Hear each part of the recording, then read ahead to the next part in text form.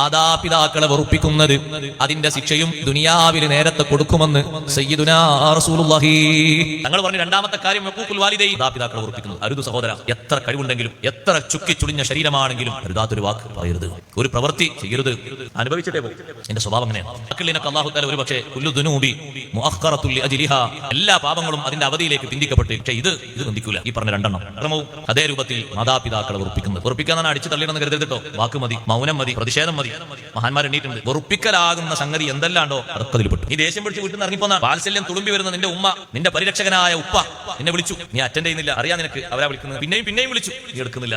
അവരെ മനസ്സ് വേദനിച്ചോ? വേദനയും. സുന്നത്തസ്കാരം പോലും കൈയച്ചുകൊണ്ട് വിളിക്കുത്തരം ചെയ്യേണ്ട അത്രയും വലിയ മഹത്തുള്ള ആളുകൾ ലോകത്താരാള്. വേറെ ആൾ പറഞ്ഞു, നമ്മുടെ മുതലാളിയെ വിളിക്കുന്നത് സുന്നത്തസ്കാരം കൈയ്ക്കാൻ പറ്റുമോ? സ്വന്തം ഗുരുനാഥനെ വിളിക്കുന്നത് സുന്നത്തസ്കാരം കൈയ്ക്കാൻ പറ്റുമോ? സ്വന്തം ചേട്ടനെ സഹോദരനെ വിളിക്കുന്നത് കൈയ്ക്കാൻ പറ്റുമോ? പാപ്പ വിളിച്ചു, ഉമ്മ വിളിച്ചു. എന്താണ് ആ വിളിന്റെ ഒരു മഹത്വം? പാപ്പാന്റെ ഉമ്മാന്റെ ഒന്നും സമ്മതം വാങ്ങാതെ സ്വന്തം ഇഷ്ടപ്രകാരം കാര്യങ്ങളൊക്കെ നടത്തുന്ന സഹോദരങ്ങൾ സഹോദരിമാർ ജാഗരൂകരാകണം. റബ്ബിന്റെ അദാബ് ചെറുതൊന്നുമില്ല കിട്ടുക.